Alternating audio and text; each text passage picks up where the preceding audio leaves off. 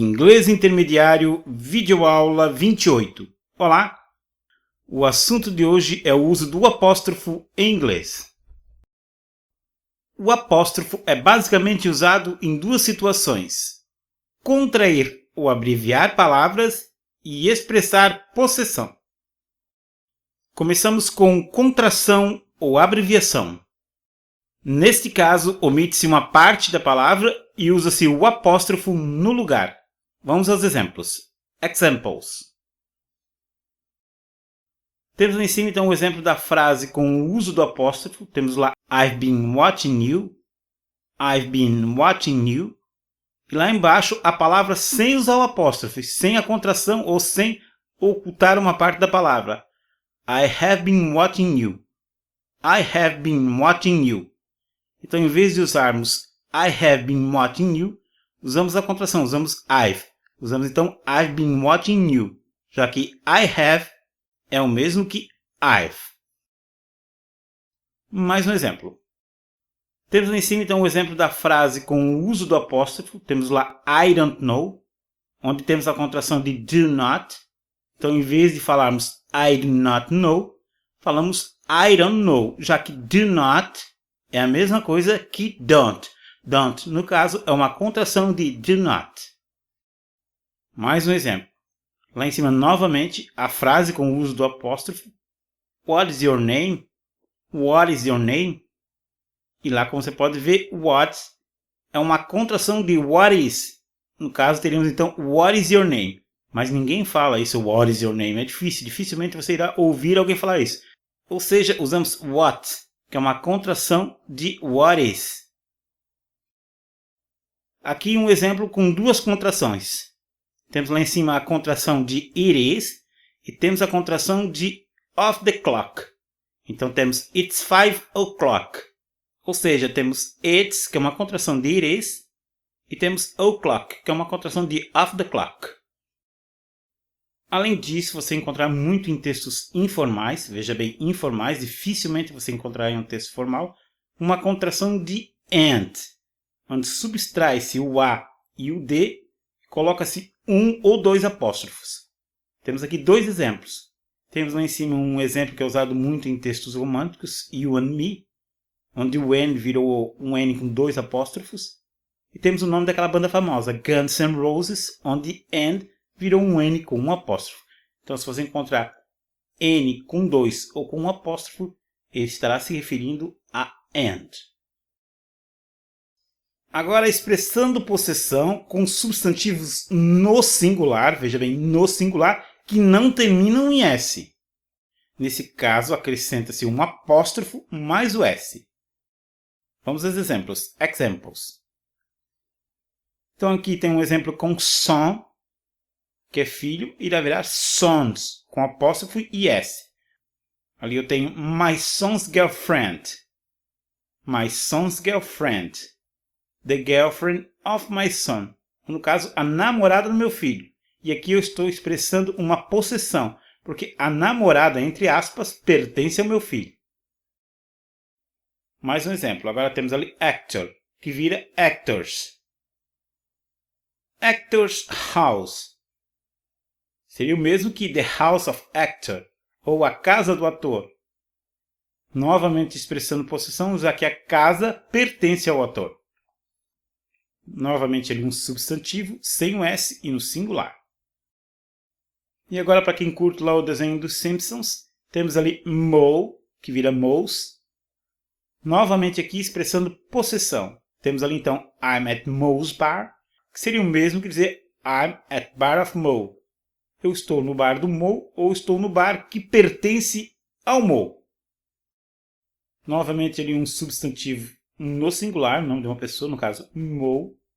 E querendo expressar possessão, então eu uso um apóstrofo com o S. Isso usa-se muito nos Estados Unidos, quando você monta um restaurante, uma loja sua, e você quer dizer que aquilo pertence a você, que aquilo foi feito por você. Mais um exemplo. Agora um exemplo com duas pessoas. As duas, no caso, então, no singular, sem o final S. Temos ali, então, Anna e Ted, que viram Annas e Teds. Anna's and Ted's song. Anna's and Ted's song. Seria o mesmo que dizer The Song of Anna and Ted. Tem uma música inclusive chamada Anna's Song, muito bonita. Aqui no caso então seria a canção de Anna e Ted. Ou no caso a canção pertence a Anna e a Ted. Agora expressando possessão, só que dessa vez com substantivos no plural. No caso ele não teria S, mas como ele está no plural, ele vai ter um S. Nesse caso, acrescenta-se apenas o sinal do apóstrofo após o S. Então antes ali tínhamos o S antes do apóstrofo. Agora, como é plural, temos o S primeiro e depois o apóstrofo. Examples. Sons, agora no plural, estou me referindo a filhos, mais de um filho, não é mais som, é sons.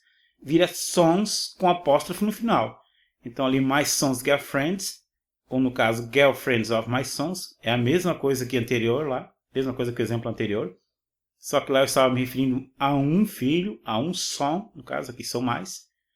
Então no caso são as namoradas dos meus filhos. No caso elas pertencem, entre aspas, aos meus filhos. Igualmente actor vira actors, agora no plural, então são mais de um ator. E como eu quero expressar possessão, eu coloco apenas um apóstrofo no final. Então, antes eu tinha actor's house, só que o apóstrofo ia antes do S e agora tem depois. Então, no caso, house of actors. Antes eu tinha house of actor, de um ator. Então, no caso, não é mais a casa do ator, é a casa dos atores. É uma casa, só que pertence a mais atores. Agora expressando possessão com substantivos no singular, só que dessa vez que terminam em S. Antes não terminava em S, agora termina em S. Nesse caso eu acrescento apóstrofo mais S. Vamos aos exemplos. Examples. Então boss vira boss com apóstrofo e S. Então eu tenho the boss office, que seria dizer o mesmo que the office of boss. Ou no caso, o escritório do chefe. O escritório pertence ao chefe. Mais um exemplo. Agora eu tenho o nome de uma pessoa, só que o nome dessa pessoa termina com S, então eu coloco apóstrofo e S. Mas eu também poderia usar Thomas car was washed sem o S lá no final. Eu poderia usar simplesmente apóstrofo, já que eu estou me referindo ao nome próprio, ao nome de uma pessoa. Seria o mesmo então que eu dizer que the car of Thomas was washed, ou o carro de Thomas foi lavado, o carro que pertence a Thomas foi lavado. Agora expressando possessão com substantivos no plural que terminam em S. Nesse caso acrescenta-se apenas o sinal do apóstrofo após o S, idêntico ao Thomas ali anterior. Vamos aos exemplos. Examples. Então, anteriormente eu tinha boss, agora eu tenho bosses no plural, que continua bosses. Apenas acrescento um apóstrofo lá no final. Então, antes eu tinha the boss office, agora tem the boss's office. Ou no caso, the office of the bosses. Agora o escritório é dos chefes e não só de um chefe. O escritório pertence aos chefes, mais de um chefe. Anteriormente ali você viu um exemplo então com o nome de uma pessoa. O nome da pessoa era Thomas. Agora novamente eu estou usando Thomas, só que não é o nome de uma pessoa, é o nome de uma família, no caso o sobrenome. Então é The Thomas Family, que nesse caso vira Thomas's. Então eu tenho ali Thomas's car was washed. Eu tenho Thomas no plural, com E com S ali normal, mais o apóstrofo após o S. E seria o mesmo que eu dizer que the car of the Thomas family was washed. Ou no caso, o carro da família Thomas foi lavado. O carro, no caso, pertence à família Thomas. Attention. O apóstrofo não é usado com possessivos, ou seja, his, hers, its, yours, ours, theirs. Então cuide para não confundir its com its. Ou seja, cuide para não confundir o its possessivo com o its contração de it is. Nesse caso ele terá um apóstrofo antes do S. Aqui um exemplo então para esclarecer. Tem lá em cima it's a rainy day, que nada mais é do que a contração de it is a rainy day, é um dia chuvoso. E nesse caso it's é uma contração de it is. It's é uma contração. Nesse caso se usa apóstrofo. E aqui um exemplo com o possessivo. We are studying China and its food culture.